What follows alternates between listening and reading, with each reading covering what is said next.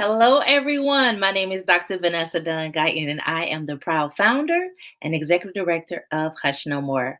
Hush No More supports survivors when they're ready to come forward to share their story, when they need information, or when they just need somebody to listen.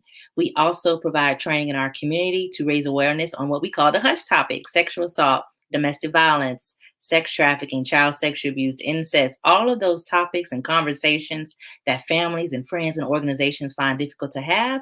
We have them because it is so important to raise awareness and to protect our community. So, this is what tonight is about.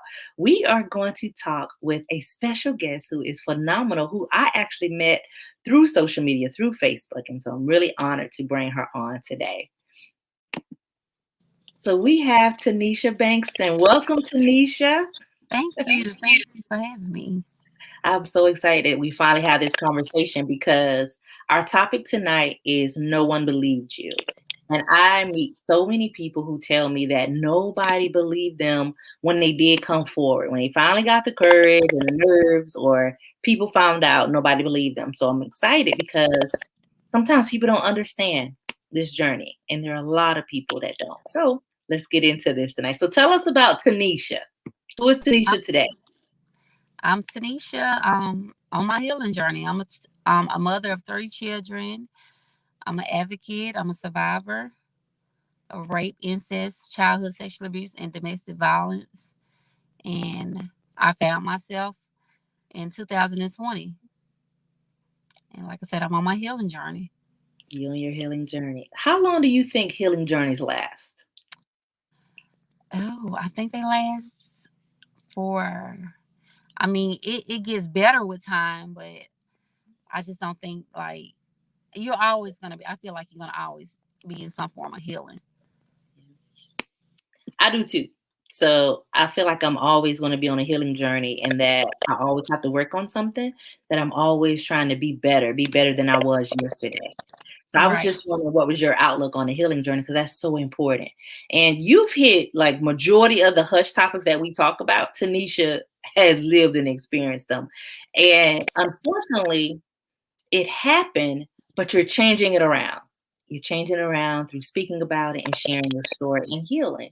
So tell us about just your early years, about Tanisha. Share your story with us.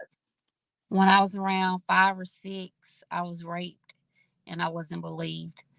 I was staying at my not my great grandmother, but my grandmother's house, and a friend of the family was over there. And my grandmother and her sister went across the track, and the man, he stayed there at the house. And I was going to sleep.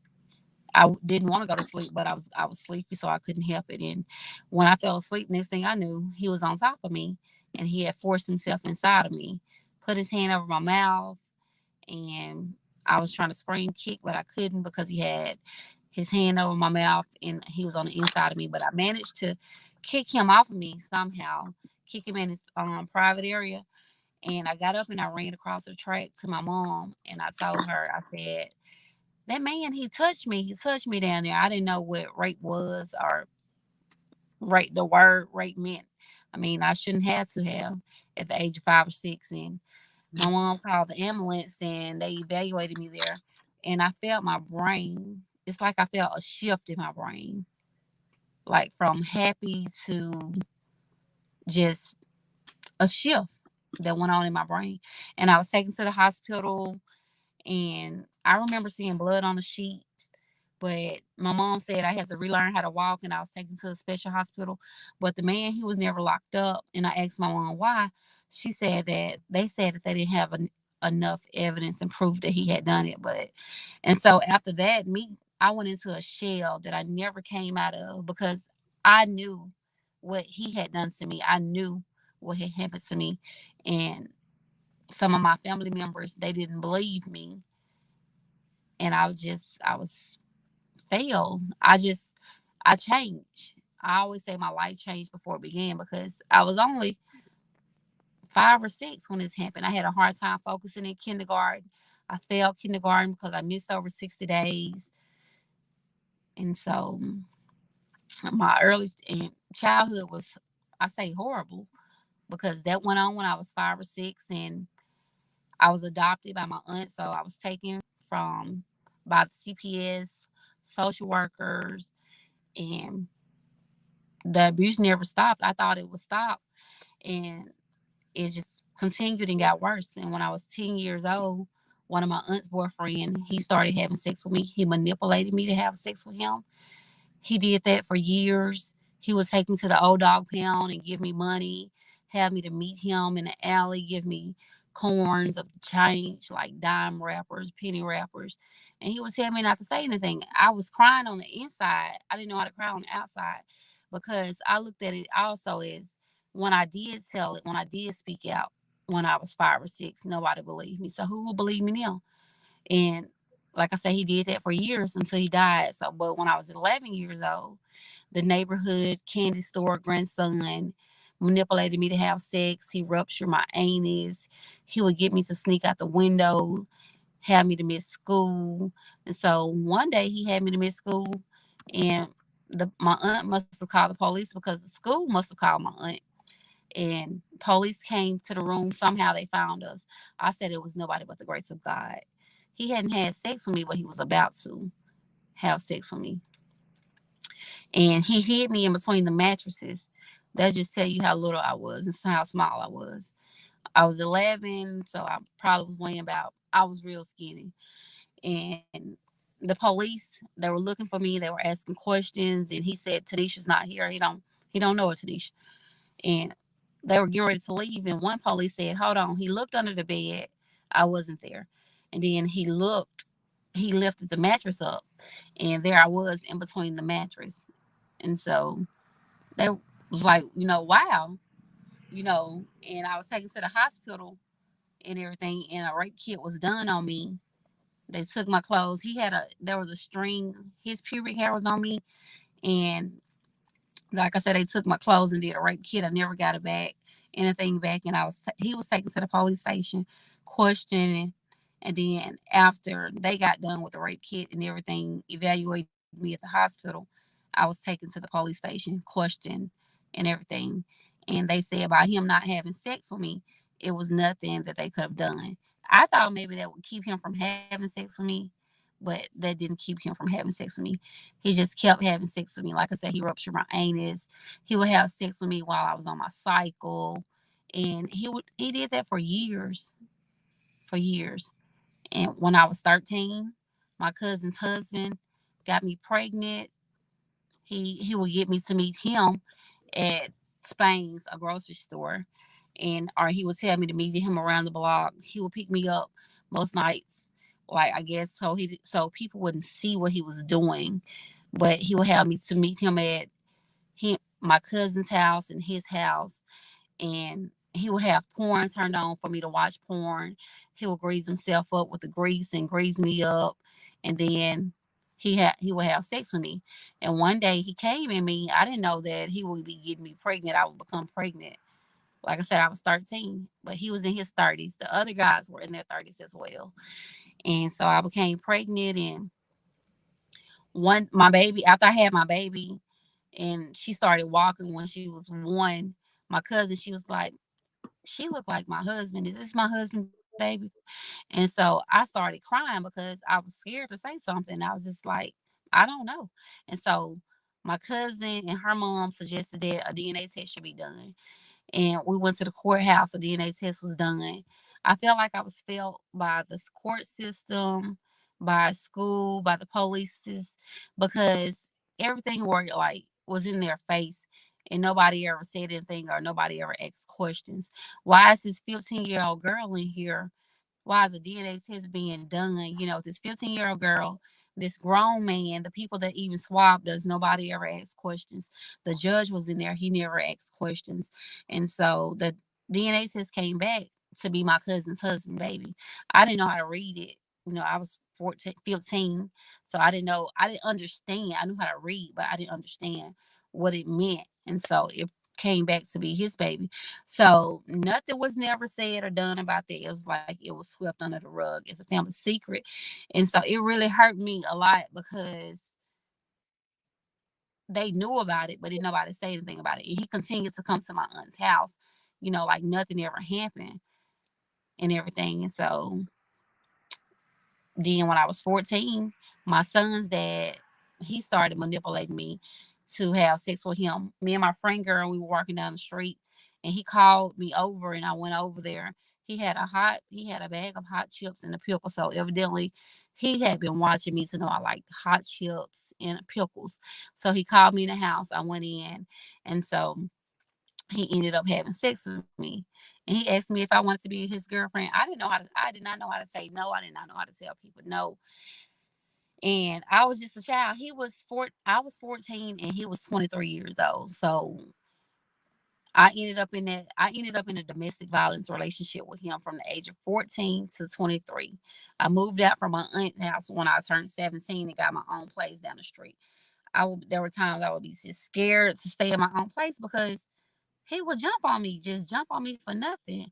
Like he would knock food out of my hand, spit in my face, tell me I'd never be nothing in life, and just tell people that I had AIDS.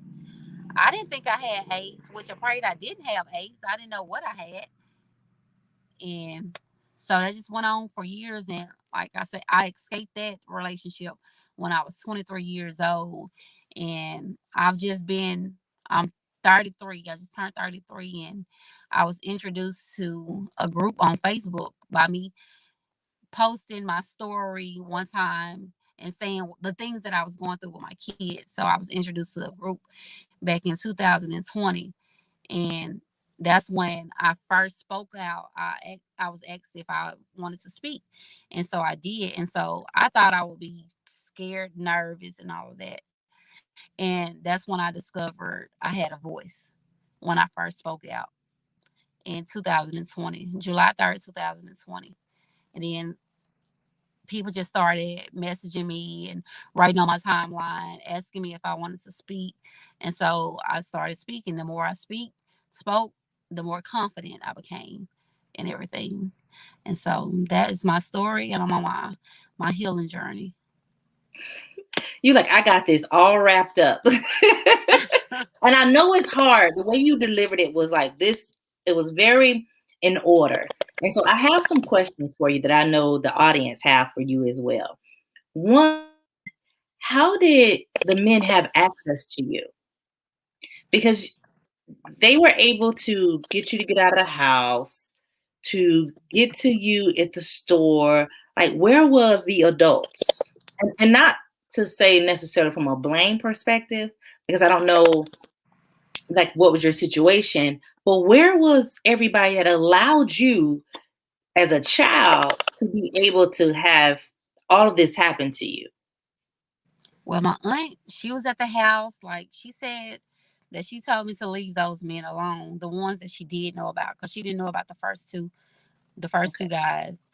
And she said she told me to leave them alone. But I asked her, I'm like, I was just a child, I just feel like I wasn't protected. I'm not blaming my aunt. Like I'm getting so much backlash because my some of my family say, well, I'm blaming my aunt and everything. And I Mm, just say I I don't look wasn't at this protected. blame. You're just stating facts. This what happened.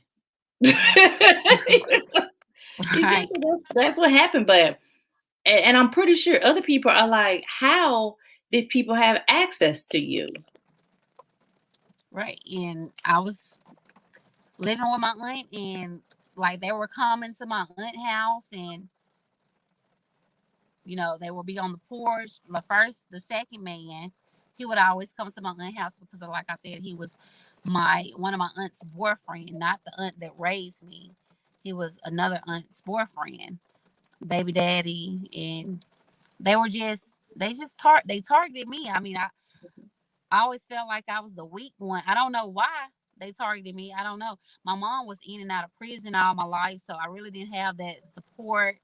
And when I got pregnant at 13, I just feel like my daddy gave up on me. But he said he didn't give up on me. He just wanted me to be with my siblings because he didn't know his mom. And so his dad had to raise him. So he just wanted me to be around my family and everything. So I respected that and I accepted that. But I just felt like I wasn't protected by family. Mhm. So after they found out about the different men, Was there ever like an intervention that you knew about outside of telling you to stay away from the men? Was like the men told to stay away from you? No, Mhm. like Yeah. A lot of times we talk about grooming, and I think parents need to hear this because a lot of times they don't understand how this is possible. Where an adult, and sometimes even a sibling, older sibling, or older cousin, will buy you things and build a relationship and get you to trust them. What are some grooming things that happen to you that allow you to be so close to them, to they trust would them? get like giving me the change, the money, and my going to the candy store, and the grandson telling me I can have whatever I wanted, and just my son dad, moving in with me and staying with me, and I just had so much fear.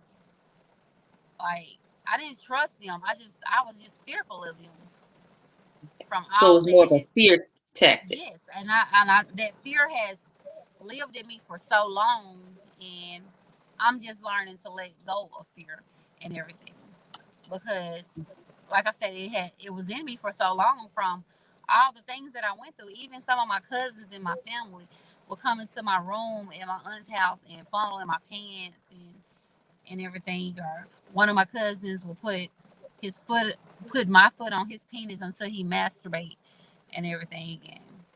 And it's Mhm. just it was just like I was being tortured as a child from everything that was happening, and that's Do you, what happened. do you think it was because they knew that your mom and dad wasn't around? That Honestly, you were the child that didn't have that parent that was there all the time? yes, I think that's part of it. Mhm. Yes, and I Yeah. was just wasn't being watched and protected, and like how some of my other cousins were, like they had their mom, their dad, but basically I basically raised myself. She kept a roof over my head, but I just basically raised myself. Like I said, I'm not blaming her or or anything like that. It's just I just felt like I wasn't protected when some of my family knew what was going on.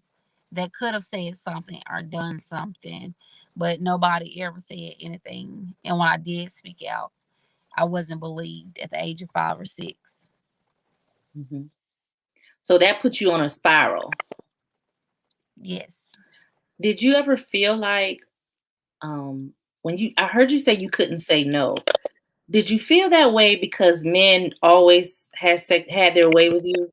Like you didn't have an option? Was that why you felt like you couldn't say no? Yes. So I just did whatever they wanted me to do, whatever they told me to do. And I just didn't. I lost my inner voice when I was 5 or 6. I say 5. I lost Mhm. my inner voice when it's like when that happened to me, when my brain it felt like my brain shift, and I just lost my inner voice, and I was just shy, shut down. But there was a reason because of everything that had been going on with me in my childhood, and I wasn't being protected. My mom wasn't there. My dad, he did for me, but I wasn't with him before I got like how I was before I got pregnant. I was staying 2 weeks at a time with my dad. I knew I was protected at my dad because my dad, he protected me and he loved me, and we went to church, did things, and but at my aunt house it was different. It's like how people come to your house and so many people are around, and just men looking and lurking, and Yeah, they all just had eyes on me saying I'm Black Barbie, the beautiful girl. And it's just, happened. Why didn't you tell your dad? I was scared. I didn't know him. My dad actually asked me when I got pregnant. He was like, who are you pregnant by? Who is it, Tanisha? But I was just scared. I was scared to say anything. Scared to tell anything, scared to tell it. And for another thing, they told me not the men told me not to tell it. They told me Mhm. not to say anything, don't tell anybody. And like I said, when I told it the first time, I was like, I felt like who was gonna believe me this time if I was to say anything? And it took me 27 years to speak out. I just spoke out in 2020. So I lived 27 years. I always say like my brain was locked up in prison because I missed out on so much. So much. Yeah. So much. Yes. Like my child, the things I wanted to do in school. I was 13 pregnant with a child. I wanted to go off to college, be a model. The things that the dreams I had, I didn't get a chance to do because while my friends were out playing, I was in the house, with a baby. I didn't know how to take care of a baby at 14 years old. The doctor said I almost died. I felt like then something should have been done. A social worker or somebody should have been brought in because the doctor said my body and my bones were not ready and produced to be pushing out a baby. So Yeah, that's early. but right at the early age, and so nobody nobody ever said anything. It was just like I just picked myself up and went on day to day. I went to school and I just put all my attention in books, reading, studying, and just going to school. Did any of the teachers or social workers ask you any questions? Nobody, no teacher, Nobody no, never questioned you. no. I was never called to the office to see the counselor or nobody. I mean, Mhm. they knew I was pregnant because I had to be out when I had my baby and be out for the 6 weeks. I had to take home. They gave me all my schoolwork. Like I was to take my exams at home, my tests at home, and so they knew. I still did all my work at home, but nobody ever said anything. The only time I had ever seen like a nurse or something was like when a nurse came to my aunt's house after I had my baby, and for the nurse to show me how to clean the umbilical cord around my baby's navel. And that was the only time I had ever seen like somebody coming into my aunt's house for me. But no social worker, no counselor, no therapist, or nobody. Mhm. See, sometimes I feel like in our advocacy world, we put the responsibility on the child to come forward and say something. But there's so many reasons why you don't come forward. You don't come forward. So many reasons. So that's why I really am big on it's the parents' responsibility to protect the children, the adult in the family to protect the children. Because children don't come forward. We could teach them all day and talk about it. But did you ever have a talk about being touched or Nobody ever talks to me about being touched. I Like never if talked somebody touch about it? you, tell it, Tanisha. Nobody ever said that. Like I said, I didn't have my mom. Yeah. Nobody ever said anything. Yeah. Jess says she's glad you got out of the situation. I am too, Jess. Thank And you. Susie has two questions for you. Her first question was, how old were you when you were able to get out of the situation? So when did you get completely out after the domestic violence? Yes, after the domestic violence, I was 23 years old. So I stayed in that relationship for 9 years. I don't really call it a relationship. I don't know what it was because he manipulated me and took advantage of me. He was 23 and I was 14. And I was 23 when I escaped. Because I escaped. I didn't just get up and leave because he wouldn't let me just get up and leave. So I actually had to meet somebody in order to leave. And I met a bodyguard through Facebook because I felt like he could protect me and everything. So I was just glad to be out of that. When he hit my son, dad hit me with a baseball bat on my leg for nothing one morning before going to work. I knew then if I don't leave, I'll be dead because he just hit me for no reason. He just hauled off and hit me. And I was crying and I still went to work. I was working at the hospital. I told my friends what had happened. They were like, Tanisha, you need to leave. But it's easier said than done because Mhm. I was so scared of him. But until I met somebody, a bodyguard, I just thank God for being out of that because I feel like if I would have never met him, who's to say if I would still be in that relationship or or if I would even be here, because he would just jump on me because he just felt like it. That's what he said. Because he felt like it. Yeah, and he was Spit in my supposed to love face. you. Right. He was But he supposed to love you, you and your baby, and to be in a relationship. I can just imagine how that just transpired. He took from 14, you really weren't ready to be in a relationship with a grown man right. at all. Yeah. Right. Susie also wants to know, did you feel unworthy through all of this? The reason why you didn't say anything. Is it because you didn't feel self-worth? I just I just didn't say anything because I was just so scared. I had Okay. lost my voice. Like my inner voice was just gone. Like just I didn't talk in school. I really didn't talk to people.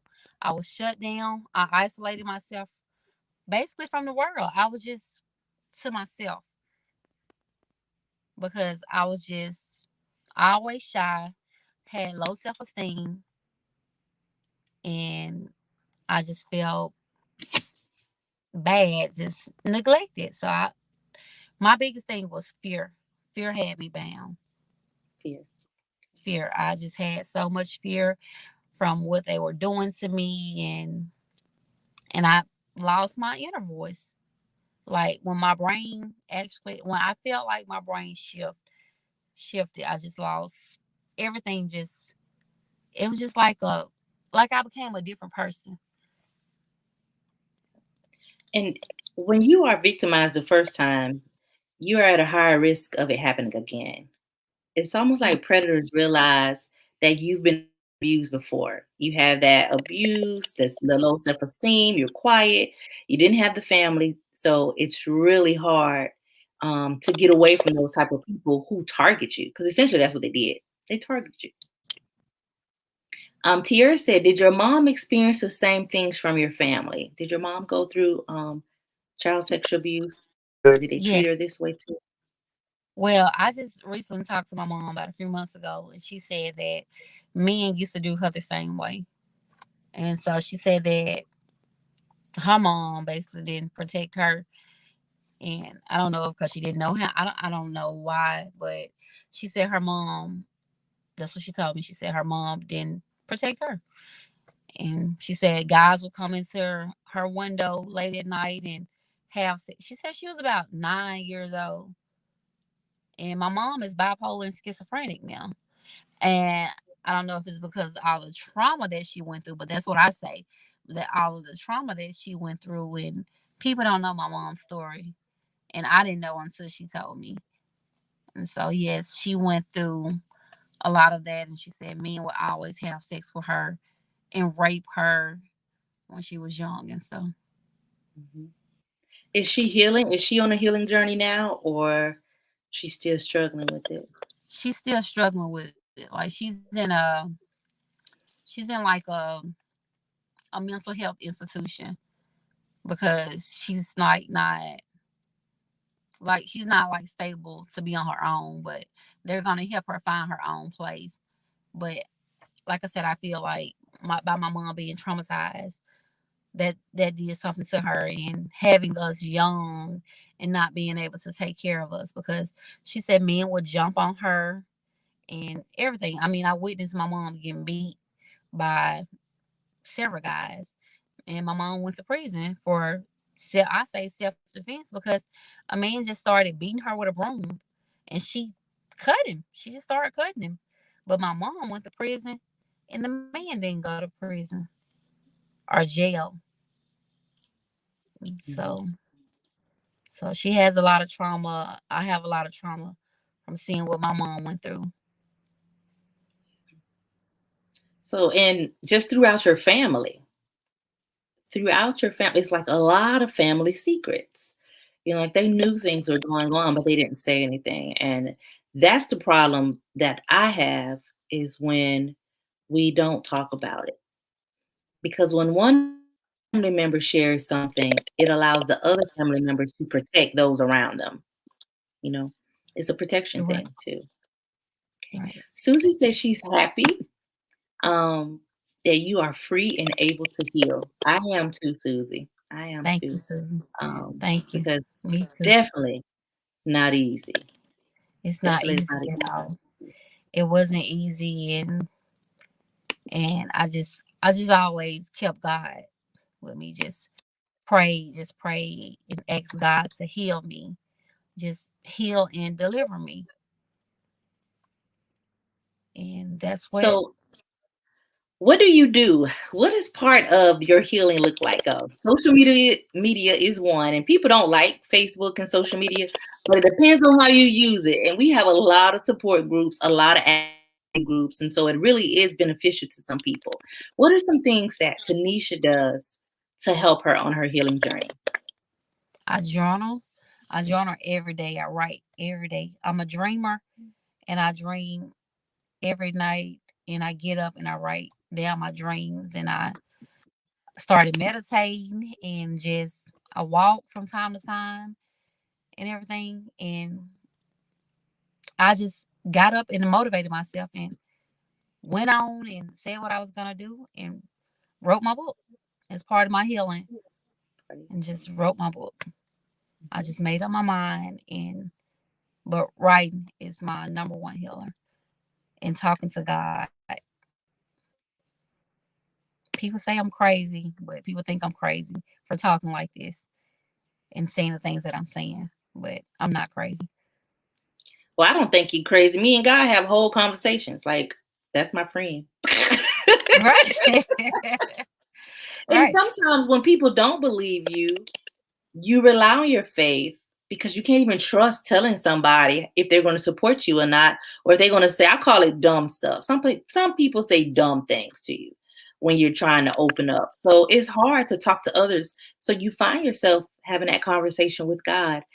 Pele said, God is the answer to all of our problems, and that you are awesome, you're amazing, and Thank, remember that you are destined for greatness. thank you. Thank you. Yeah, Thank you. and you are. And I think it's so important that you always continue moving forward and sharing your story. Sharing your story. Yeah. Right. And I Because, thank like, God you're not for even breaking down. You know how hard it is for people to share their story the first few times. You sit there like, oh, I'm crying. You got everybody on the show crying. You shared your story from a place of healing because you're like, bam, bam, bam, bam, bam. This happened and this happened and this happened and this happened. And you're recalling more and more as you're healing. And so I think that's important too, to be able to heal through this growth process. thank And you. so I honor you through that. So tell us about your book, My Pain is My Power. My pain is my power. Yes. I've been writing ever since I was 18. And from like the things that happened to me, I was just always right. And like I said, I just turned 33. And I just one day, like the COVID hit last year, and I got a message from God saying, you know what, it's time. It's time for you to publish your book. It's time for you to write this book. And so I just picked up my laptop and I just started typing, and everything that I've been through, God blessed me and allowed me to put all of my pain into my book. So that's why it's called My Pain is My Power, because I found my inner voice. Thank God, when I first spoke out July 3rd, 2020. And like I said, it's just all my life story is in that book. Everything that I've gone through, and how God delivered me on September 4th, 2020 from my pain. And just it's my purpose. My purpose was birthed, and everything is in it. And it's my life story. And I just speak on how I want to help other women and children who's gone through what I've gone through or going through. So, how did your family receive your book? Because they didn't believe you growing up anyway. So, what was it like after you released that book?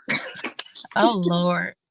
Lord, I got so much backlash, so much. You've told your story. Okay, that's enough. You can quit.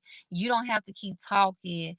That book is stupid. That book don't make sense. And just so many negative comments and everything. You didn't have to do auntie like that. You didn't have to do that.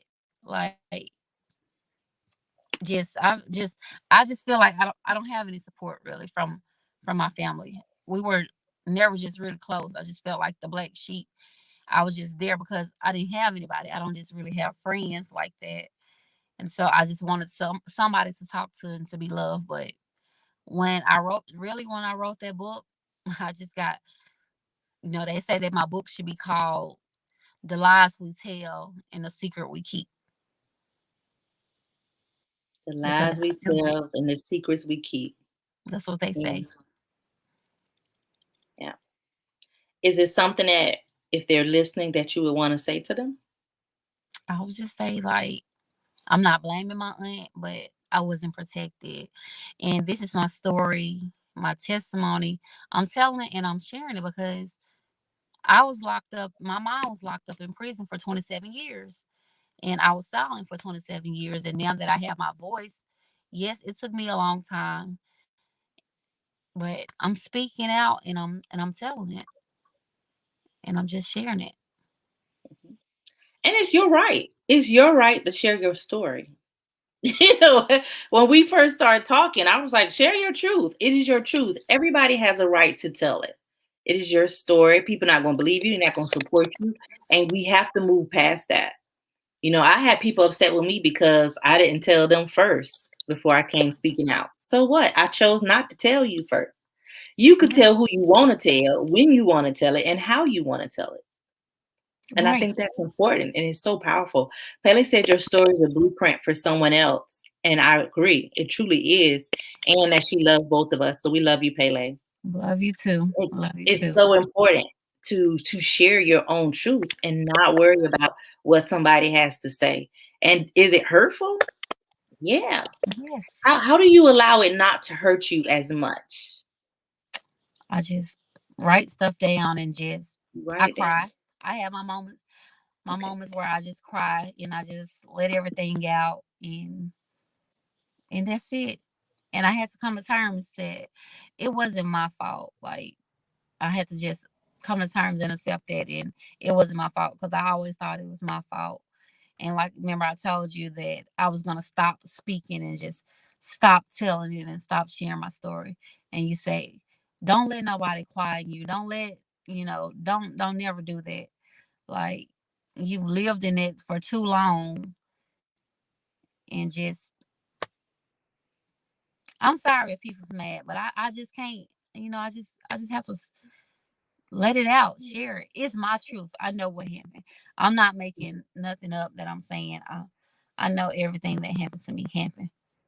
And some I of my don't even family know members know. the truth. I don't think you should be apologetic that they're mad. I don't think you should say you sorry that they're mad. That's their problem. That's just what I think. And sometimes, one, they are guilty because they knew. Two, sometimes things happen to them, so it's hard for them to come forward as well. Because if they come forward and stand up for you and someone else, they have to admit what happened to them. And it's heavy in our families, and in some families more than others. And so people have to figure out their own.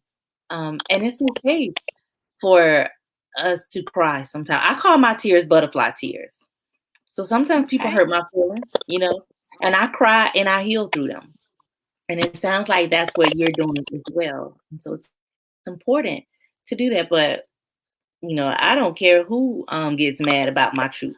And I try to encourage everybody around me to do the same thing. It's because they have to figure out how to be comfortable with the fact that you were hurt and abused.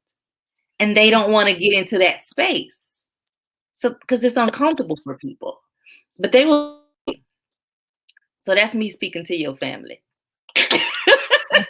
And that's with love. Ain't nothing I could do. There's nothing we can do to make people feel better about what happened to us. It's not our responsibility Right. at all. I'm not gonna make you feel. I'm not gonna, you know, massage your ego and your feelings because I was hurt. That don't make sense. But people expect you to do that. It don't Mhm. make sense. You know. Mhm. Catherine says, standing in faith gives us hope and allows us to heal. Thank you for sharing. You're welcome. Thank you. Thank you Yeah. so much. And you definitely stood in your faith. And I think that's important. But I get mad when people um, get upset with somebody for telling their story. I get so Yeah. upset. And I gotta figure out how to not get mad, right? I have to figure out something else to do. Cause sometimes I get upset when people tell me that somebody didn't believe them and don't want them to share with anybody else and want them to keep it a secret so it can explode inside of you. That's not Right. fair. And that's exactly what happens. Like, and that's what was happening until I was able to release it. But I honestly didn't know that I would be getting backlash, and I didn't know that any of this would be like it is now. Yeah. But it's okay. It's okay. And I'm okay. And it's okay that I've lost some of my family. It's okay. But my truth is my truth, and I'm sharing, and I thank you for giving me this opportunity to speak and share my truth and my story. You're welcome. I wanted you to come on sooner. The schedules was just full. And we said we were going to mention that you were in the car because the kids in the house. And we all Yes. know when you have children, it's loud. So like the quietest place was for you to go in the car and have this conversation. So I'm glad that you were able to escape to have this conversation with me because it is so important. So do you have any words for parents or for adults as it relates to children and protecting children and maybe even believing children? You have anything that you think parents should know? Yes, I would say observe your children, pay attention to them, and if they come forward and tell you that somebody did something to them, believe them. Don't just push them away and tell them go sit down or play. You just pay attention to your children, your kids, your child or your children, because child sex abuse is real, and it messes with the kids. It traumatizes them.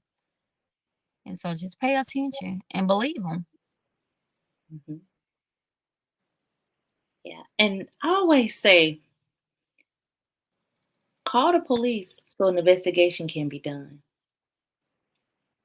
You Yep. may not believe, you might have some doubt, but move forward with some action so you can get the proof that you need. You can get your child examined. They could sit down and talk to the therapist, and it's not always invasive as people think. So we do things like art therapy, child play, conversation. So it's not like you're putting your child in this horrible situation when they come forward and share with you and you call and report it. But what it does is give them an outlet to talk and share what happened with them. And you can have some peace as well and protect your child. 'Cause I can't tell you how many adults that have told me that their parents did not believe them or an adult did not believe them and reported it. It happens so often. And I'm not a stats person, but one stat that I always repeat is that 90% of all child sexual abuse happens from someone that child knows that is close to the family. That is not the stranger danger. It's the cousins, the aunts, the uncles, the boyfriends that's coming to the family, coming over to the house, and all of those. It's other children that touches our kids. And so we have to have this conversation and you have to do something about it when your children come forward and believe. But That's true. society don't believe. Mm. They don't Well, believe. And so that's why I want you to share your story to help society realize, man, this is for real. I got to do yes, better. it is for real, and it's so real. Mhm. It is so real.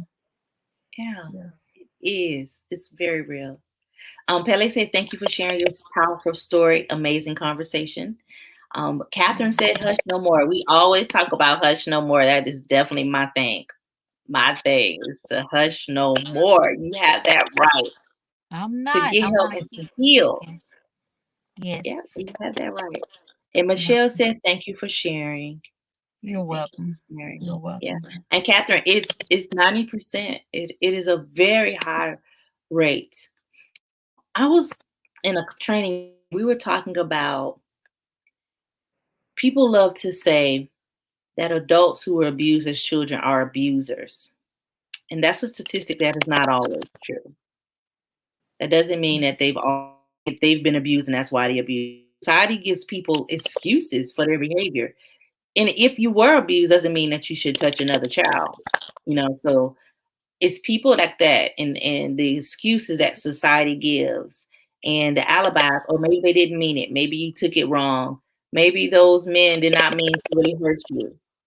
I don't understand why our society gives excuses. Right. They did it. It was wrong. It was wrong. It was Yeah. wrong. Of the men that abused you, were they friends of the family? Like, did the family trust them? Yes. Yeah. Every last one of them. All five of those men were friends of the family. They Mhm. hung around my, not the first one, he hung around my grandmother's house, but the other ones, they hung around my family house and everything. So nobody was ever locked up, you know, that the ones that they knew about, but nobody was ever locked up. I feel like everybody should have been locked up, but I just prayed about it and put it in God's hand. And I believe in karma, Tanisha. We don't always know what happens to our abusers. We don't always know. We probably will never know. But I do believe that God has our back and fights our battles for us. And that's what helps me to be able to move forward because sometimes we don't. People will befriend a parent, a family member to get to your child, period. They make friends with the adults first so they can get access to your children. mm, It's a systematic thing that is being done, and we have to pay attention to that. I will tell anybody your child is not that special to be getting a lot of gifts and that much attention from an adult. You have to watch out about the attention, the gifts, how much love they're showing to your children, how they want personal access to your kids, and they have to be around your children. Nobody has to be around your kids. that's And so true. it's important to pay attention to that. How are you with your children? Like, are you real strict about people being around your kids? Yes, everybody said I was overprotective about my kids and everything. I'd always told them, come to me. You can talk to me and tell me if anybody has said anything to you or done anything to you. You have the right to say no. I always told them. I even tell my 4-year-old baby, like all the time, like don't let nobody touch you and come and tell me if somebody say, something to you or do anything to you. So There yeah. you go. It's hard. It's hard. I was very protective of my kids too. I had a house full of kids at times because I didn't want my kids going to nobody else's house. I'd rather them be at my house. Like I had the trampolines, the basketball goals. I had all of that at my house because I didn't want my children over there. Right. I knew this was a safe space, and so it's difficult to be able to release your children and to be able to do that. Right. So, Because you are just you in, never are you in counseling? Did you go to counseling? No, I'm actually looking for a counselor, somebody to see because I have my ups and downs and highs and lows. So, but like I say, I just write everything down and I'm getting through through the day. But I would like to have somebody I can talk to because the ones that I have talked to, some of the people, not counselors, but they've thrown it back in my face and I've gotten judged or so I just feel like if I can talk to somebody, a counselor, that'll help too. Well, hush no more. We have counselors. We have free counseling. So I will send that to you and see if one of them fit for you because all counselors are not a fit, right? It's important that you find the one that's right for you.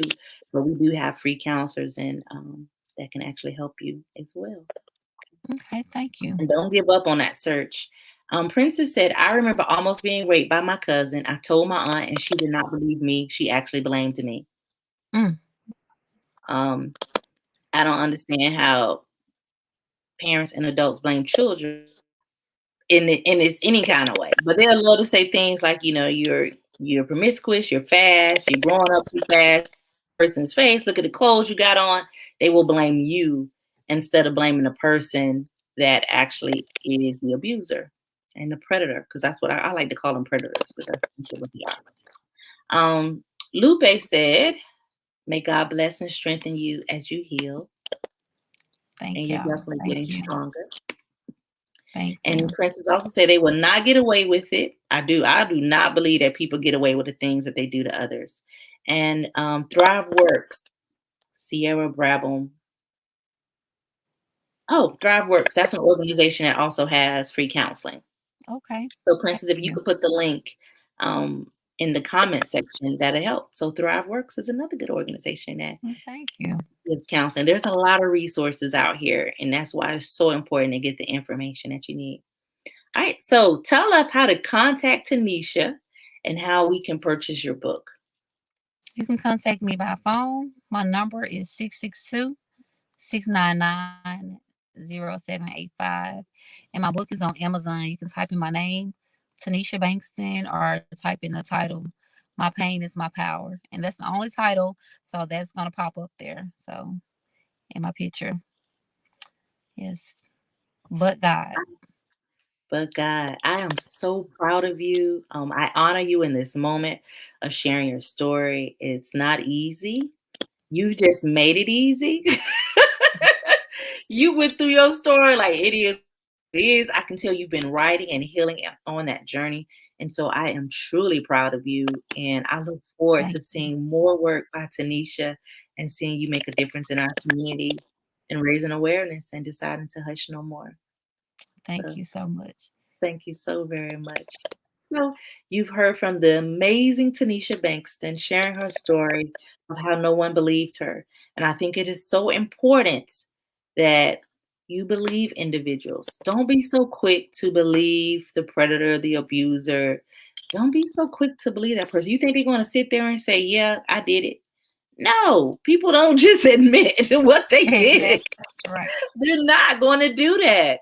And if your children come to you and report anything or you think something, bring up the conversation. Contact us if you need help bringing up the conversation. If you need help talking to your children, we have training all the time. And also, you want to get an investigation started. Get an investigation started so that you know for sure that your children are being protected. Okay. And we can help you through that process as well. So thank you for joining us for Hush No More Champions. Next week we have She is Powerful by Isabel Gusto. She's going to be on the 20th. And on the 7th of August, we're having a college forum and we're going to talk about how do you go to college and be safe from the alcohol, drugs, and the sex. So if you have college students, the registration is going to be up this week. Register your children, register your nieces and your nephews. They need to be at that training. It is so important. Okay, so important that we protect our children as they go off to college. Every Thursday, we have art therapy at 7 p.m. Eastern Standard Time. You don't need to know how to draw. You just relax, stress out, laugh with us. Come join us via Zoom. It is absolutely free. And October 16th, 2020, oh Lord, I need to leave 2020 for real. But October 16th to 21 is our domestic violence walk. We would love for you to be a vendor, a sponsor, or a participant. You can walk with us in Columbia, South Carolina, or you can actually if you walk live, you could do it via virtual. So we would love for you to join us. So that is all that I have for you this week. Thank you for joining us. Every week I have a champion with me, whether they're an advocate, if they are a survivor, or not organization. And I would love for you to be a guest. Contact us to be a guest, or you can go to our website at www.hushnomore.org/podcast. Contact us at 1-888-285-2161 if you need anything, resources, counseling, or someone to listen. Peace and blessings to you all. Remember to hush no more and that you have a right to tell it.